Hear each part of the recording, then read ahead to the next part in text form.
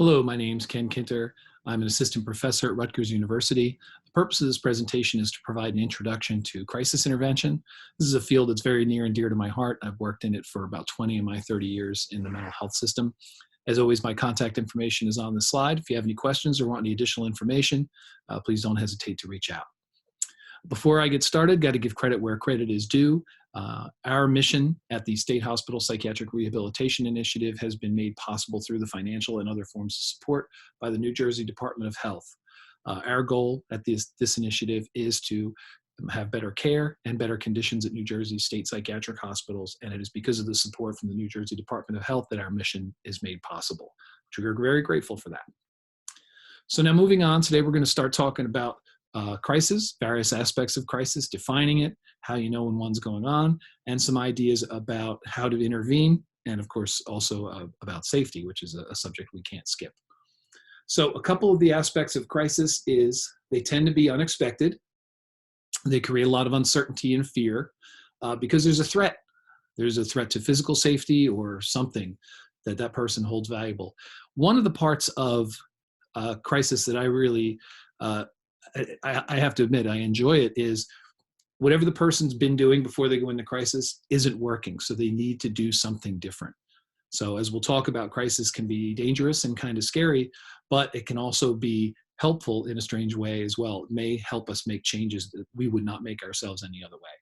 So I love this quote: crisis is a process of transformation where the old system can no longer be maintained. So some characteristics of a crisis tend to be brief, tend to be short and intense. Crises can be caused internally or externally. At the time I'm recording this, we're in the middle of the COVID-19 epidemic, so this makes a whole other level of sense now. Can be very disorienting. The whole idea of what people view the world and their own stability may have changed. Some people are very resilient and they manage through crises. Other people are sort of crisis prone, where they find themselves in these same emergencies over and over again. And as we talk about in this video and in other videos, these crises may be part of that learning curve moving forward. There is the potential for dangerousness. Part of the difficult part of crisis is that there is the potential for dangerousness. Can be a single incident, like one big incident, and I worked the 9/11 response. That's an example of a rather large incident. Or it can be the straws. And what I mean by the straws is many people that are in crisis, I've heard this so many times, where they talk about the straw that broke the camel's back. Nice people may have never seen a camel in their life, but for some reason they all relate to that idea of enough little things can overburden anybody. And I agree with that. I believe that's definitely true. In fact, sometimes you may be handling the big things and then the little thing sets a person off. Crises happen to everyone. I don't know anyone who hasn't gone through some sort of crisis in their life, existential, spiritual, whatever. It gets brought to our door. And as I mentioned before, it's not always a bad thing. There tends to be very important lessons behind crisis. Crises are great, but very harsh teachers. So the stages of crisis: there's the vulnerable pre-crisis state that we might not even realize that we were in, the active stage where the crisis is actually going on, and then the stage that doesn't get nearly enough credit, the resolution stage. Very often after a crisis, people are so happy to get back to doing what they were doing before that the lesson gets lost. Crisis resolution is crisis prevention. It's a really important point. If it's closed out well, that can help prevent things from coming around in the future. So one thing that crises are very well known for is that they cause anxiety. People become very stressed during crisis states. So anxiety is helpful to a degree. When people have this mild or moderate anxiety going on, their energy level goes up, their level of focus and attention may go up, they have more energy.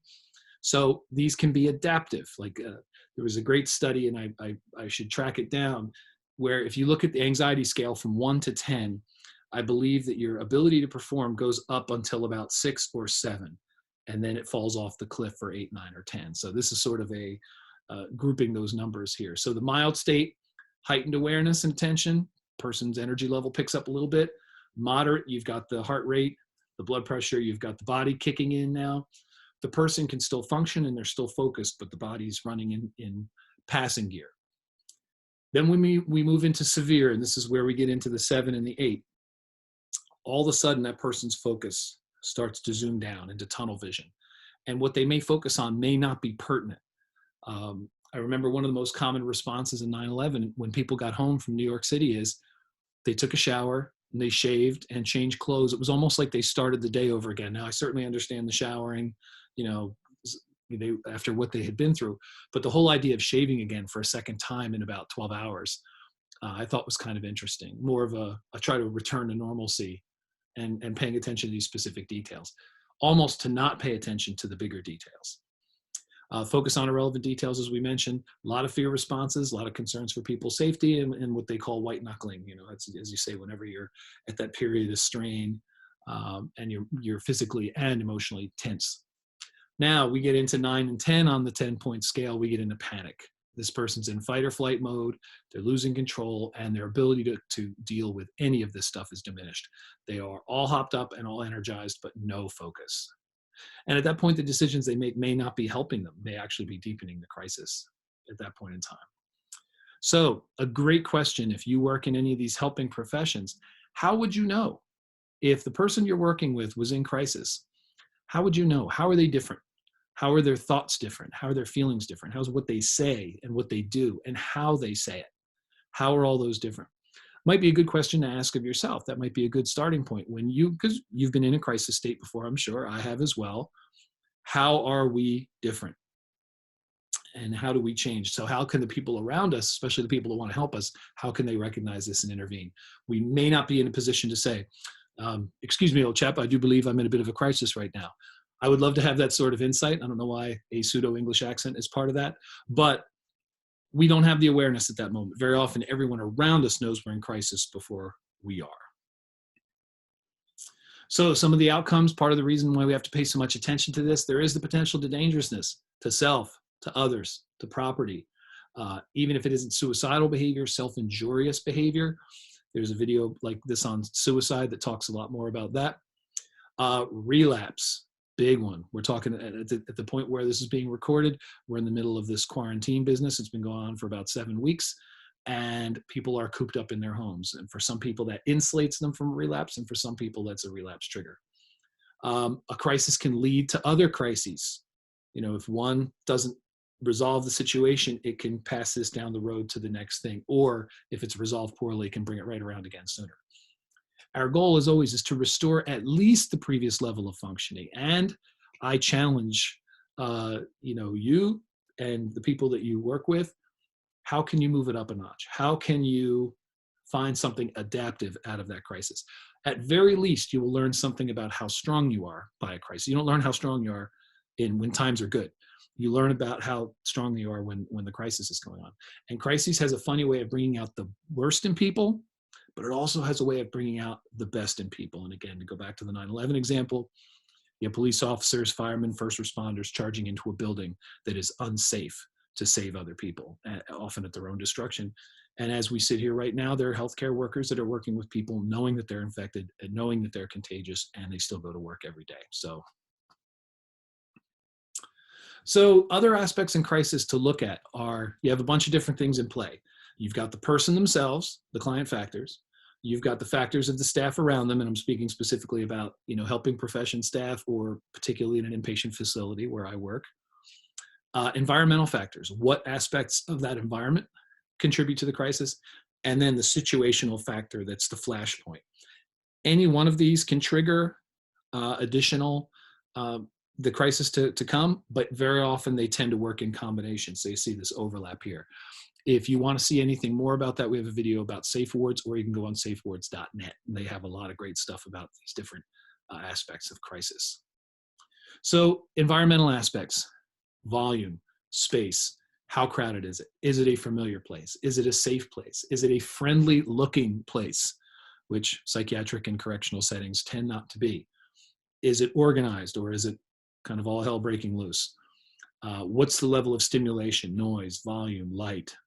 And what aspects of that environment can you control? If it's a locked environment, that you can't control. However, things like the volume level, I'll give you a great example. In the state hospital where I work, we had this overhead paging system, and people were getting paged overhead like every 30 seconds. You could barely complete a coherent thought, and it kept the ambient volume up. So one of the CEOs at the hospital decided to stop all of those announcements. So the only announcements would be emergencies. So you could go hours without hearing that intercom system kick in. And I think that was much more of a friendly environment for the milieu. It took the volume down quite a bit. Violence and restraints did come down, and I think that was one, not the only, but one of the ingredients why. Staff issues, whether you have the same staff, whether there's consistency of staff. You would rather have consistent staff that a person has a relationship with than new people, even if those new people are more qualified or more experienced.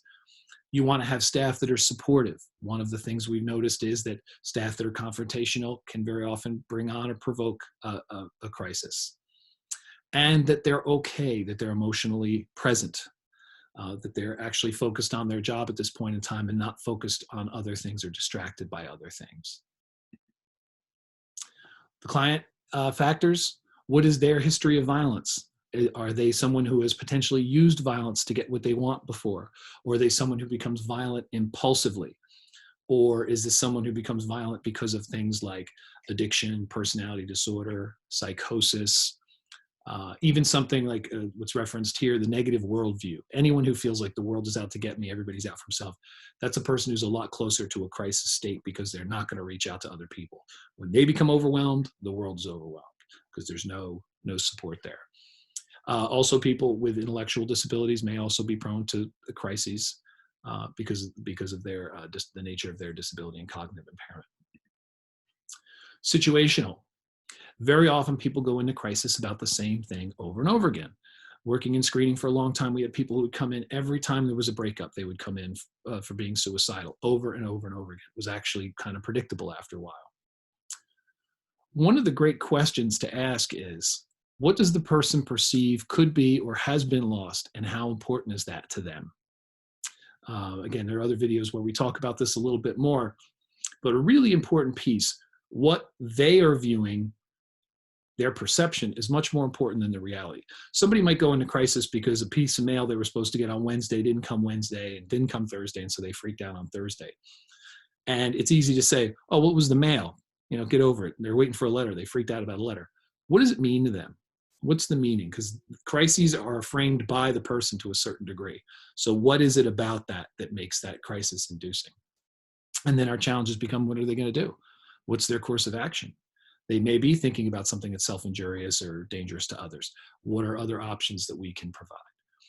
And of course, part of what we're dealing with here is the emotions that are conjured up by that crisis. Very often fear, anger, which is very often fear flipped over, into an offensive position, sadness, shame.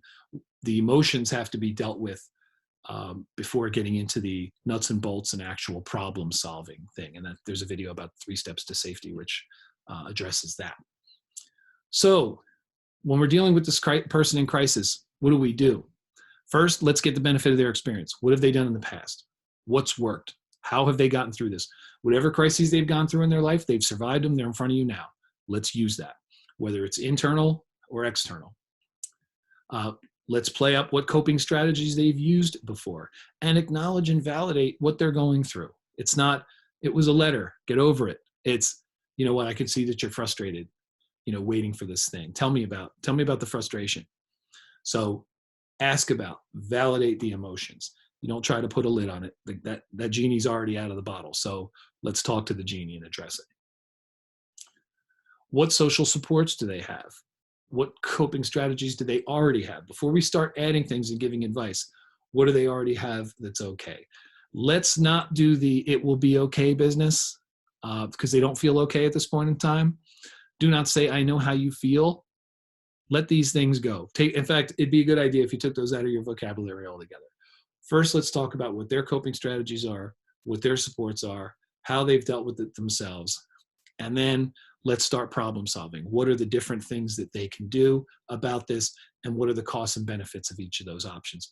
We're pulling them out of the emotional mind a little bit and back into the problem solving, decision-making aspects of this. Another very important piece to bring up is the best crisis intervention is prevention. So as in the video about suicide, we ask about suicide up front, ask about trauma up front, and ask about what crises they've been through up front. In the beginning, when it's not currently going on, is a good time to get at it and say, what are the things that trigger you, and what are the major low points in your life. You're also going to be working on goals and all of the positive stuff, but we got to hit both sides of this. What do you want to accomplish? What are your strengths? What are all that positive stuff that's going to help you get where you go? And then what are all these things that may show up in terms of barriers as well? You want that.